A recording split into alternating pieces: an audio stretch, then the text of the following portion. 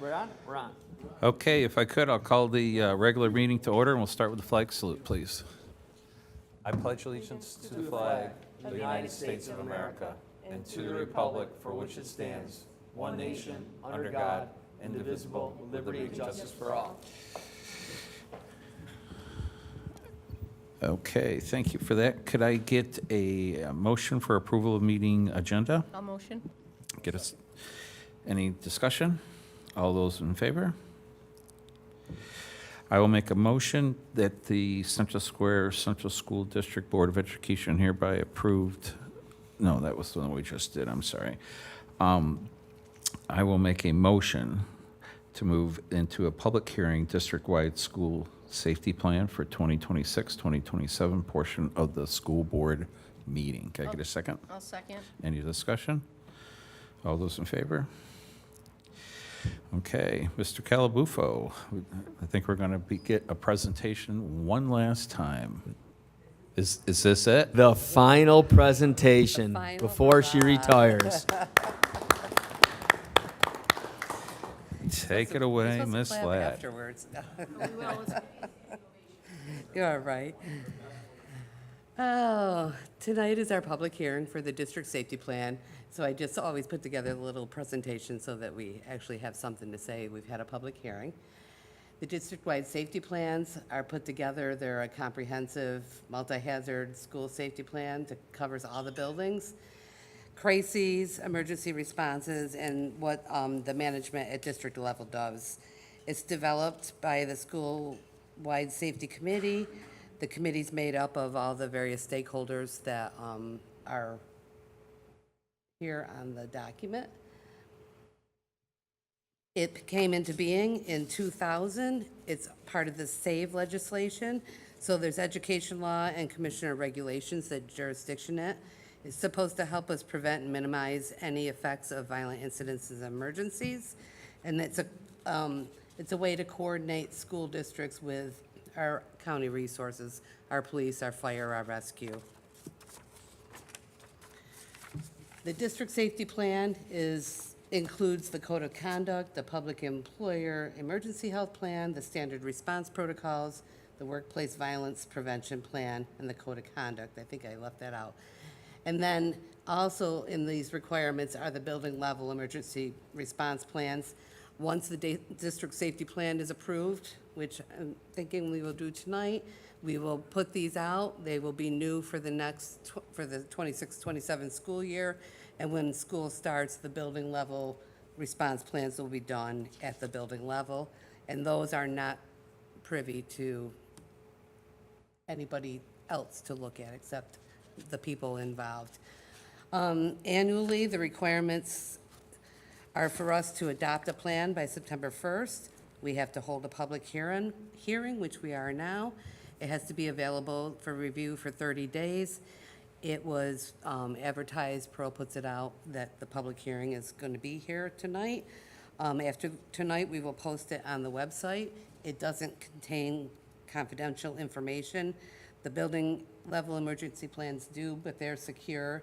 They are submitted to the state police department, local law enforcement by October 15th and submitted into the SED portal. But community is not privy to look at those. I always have this little slide in here because it's a good showing of what the difference between the two plans are. Basically, broad versus specific. In the building level plans, it says who, where, what. Broad, the district safety plan just says what we're doing. This is what it looks like in your packet tonight. It's item H1A. Updates are shown in yellow or crossouts are in red. All the plans were reviewed by the District Safety Committee in May, and there was nothing substantial in the district safety-wide plan that was changed. We reorganized a couple of sections, excuse me, and there's a couple of clerical updates in it. The next item in the agenda is the code of conduct.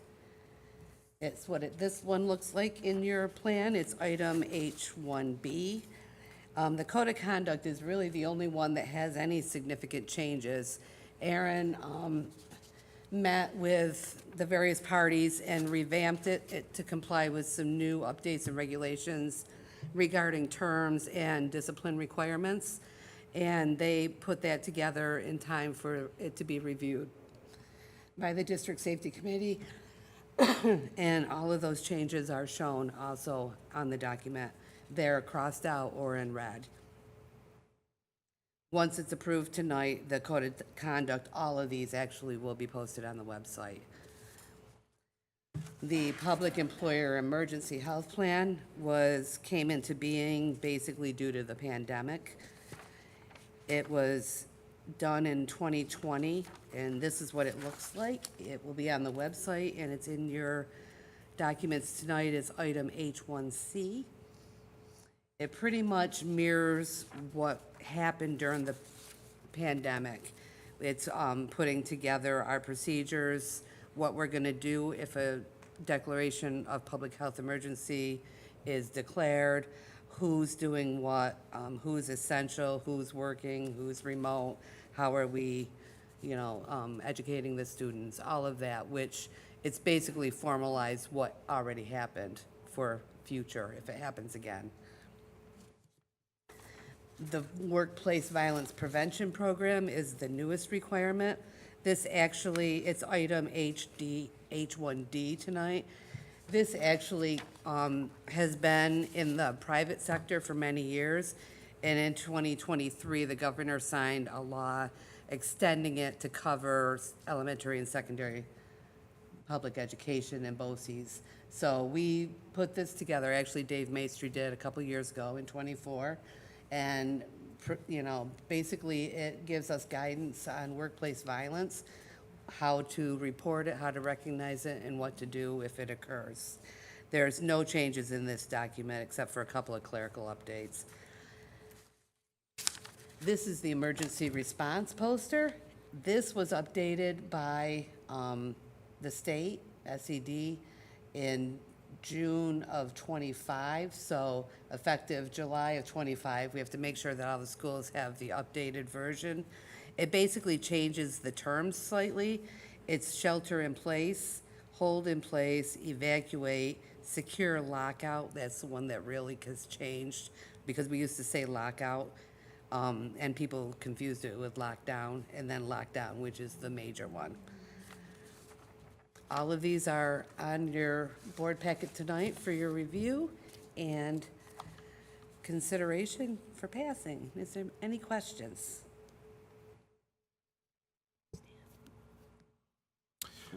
And it is a public hearing, if anybody in the audience has any questions. Okay, thank you. So this concludes your last This one? concludes my last everything. Oh. Thank you. 27 years, I'm out. Just don't drop the mic. Yeah. Thank you for that. And you are going to be missed. Yes, thank you, Maureen, for everything. Thank you, Maureen. Okay, could I get a motion to conclude the public hearing portion of the, All motion? get a second? I'll second. All those in favor? Could I get a motion to open the regular meeting? All motion? Get a second? Second. All those in favor? Okay, so Pearl, we don't have a community open forum, no blue tickets? Okay, item D, special presentations to the board, there are none. Could I get a motion for item E, personnel in its entirety? All motion? Could I get a second? I'll second. Any discussion? All those in favor? Thank you. On to item F, the consent agenda. Could I get a motion for item F in its entirety? I will motion. Any, get a second? I will second.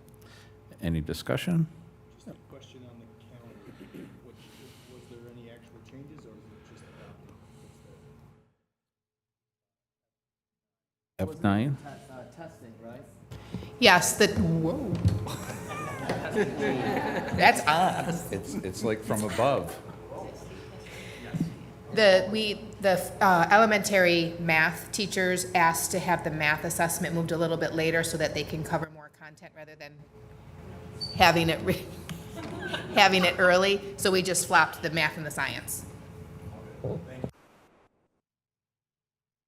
Anything more? All those in favor? Okay, on to item G, reports. Riley, got anything yet? Hit your button? You can hit it and then talk. Yeah, pull it right up to you. We'll get you broken in. Don't worry about it. 1 month until school starts.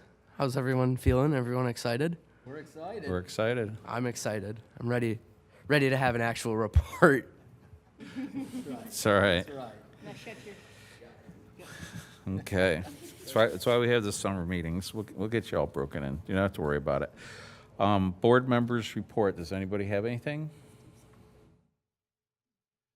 I have two things.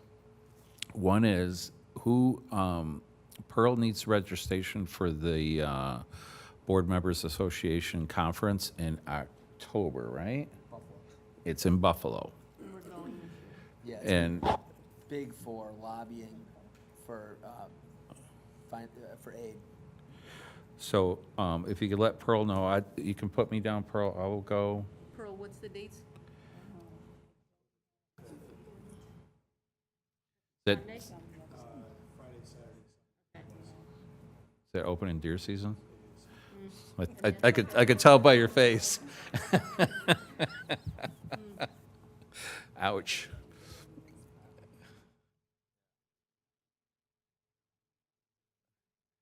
Well, if you could let Pearl know, so she can make reservations.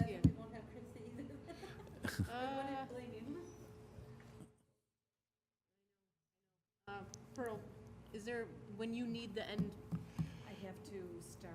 For the doing hotels. Registration on it. And I have to Okay. have all the paperwork ready, so the purchase orders, I Okay. can put it right in and so, get the rooms. so we have a few days?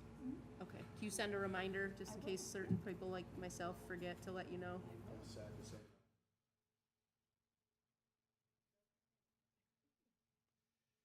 And then the second thing that I have is if there's for this year's calendar, for presentations to the board, if you could just let me know, then we can kind of finalize that. And then the three things that I've asked for is presentation from by Tom for the portrait of a graduate, right, as far as what they're working on from this summer. And then we'll have Superintendent from BOCES come in mid-year to talk about how he's going to line in, and then end-of-year report out as far as what the progress has been made, pluses and minuses.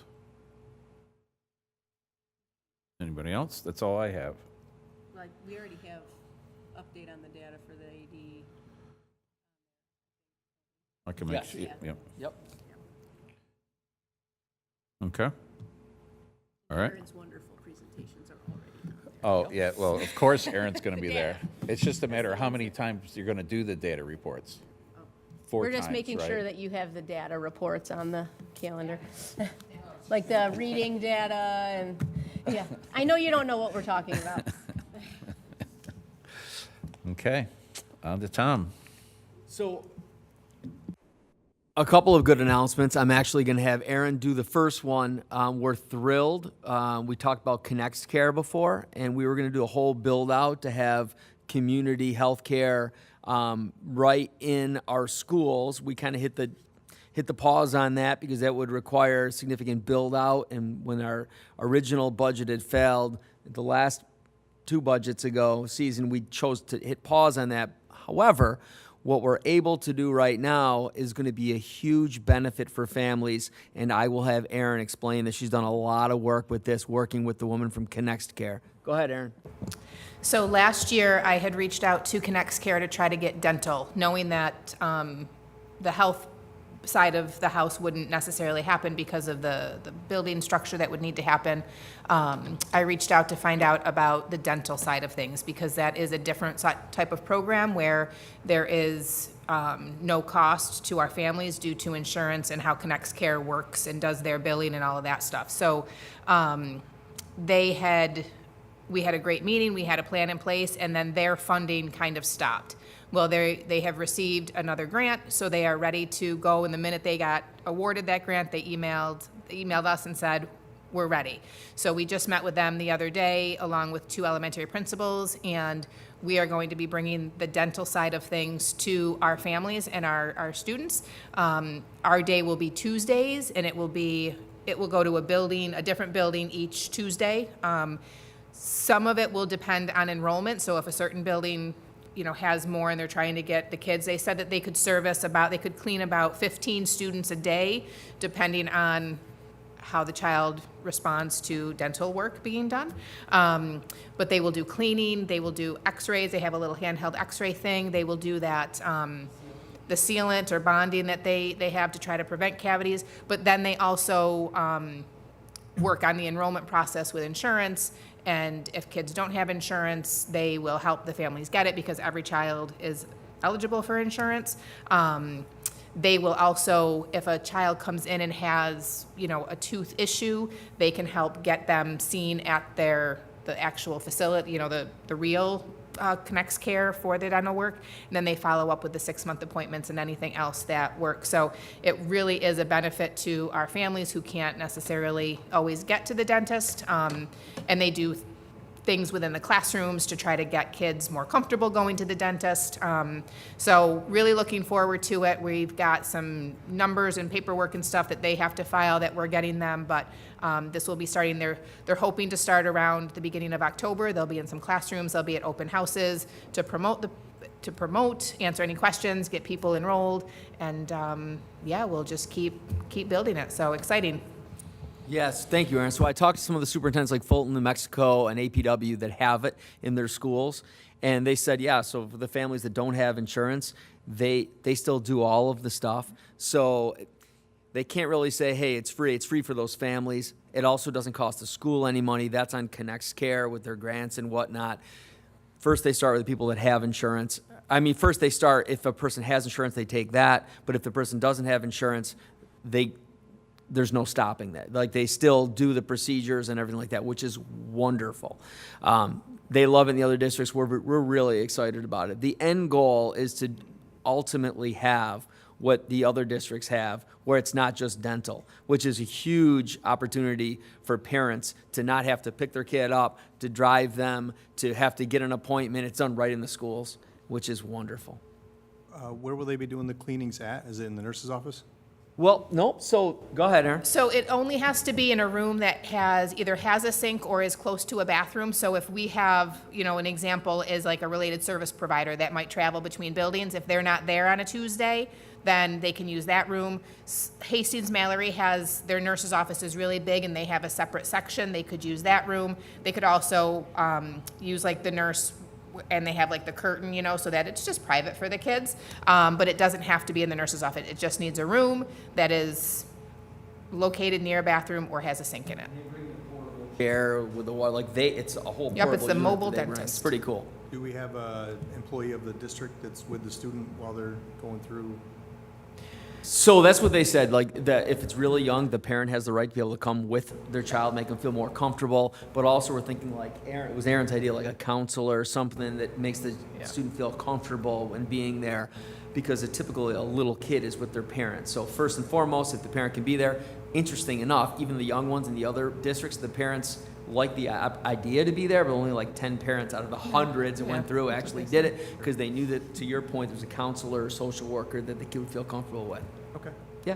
And they might be getting taken out of class, but it might be a half hour as opposed to having to take a half a day or leaving and then they don't come back. So. I don't know if I was reading between the lines of your question, but I assume everybody coming in the school to perform these gets screened through the Raptor system and all that stuff. 100%.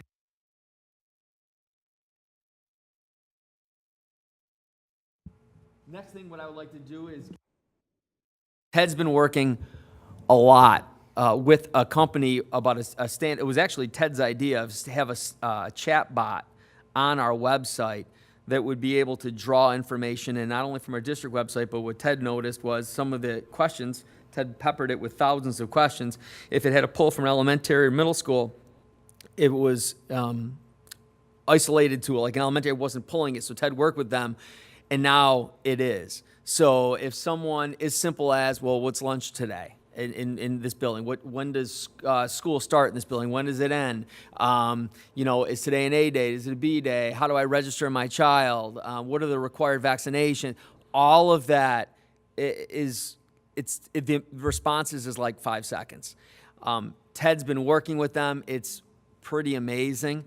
And the amount of time that that's going to save, clerical and admin, because when it comes down to it, we have a lot of stuff on all of our websites, and sometimes it's difficult to find things.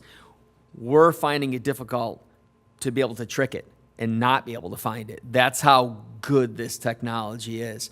And it's pretty exciting, and it pulls from everything that's on the website.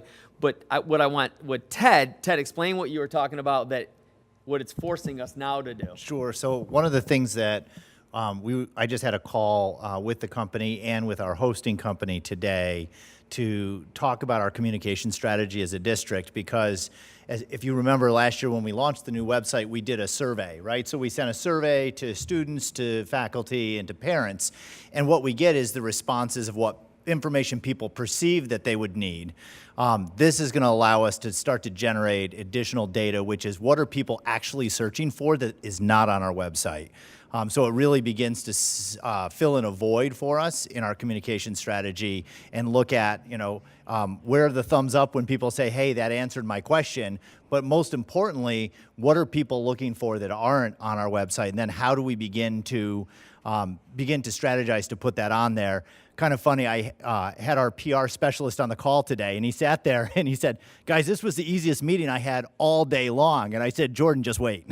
Just wait, because you're about to get really busy once we identify what information it is that our parents and our families really need. First and foremost, and Ted had the great idea, is that there's a parent, it could be 11 o'clock at night, and the information that they can't find on the website is important that they have that for the next morning.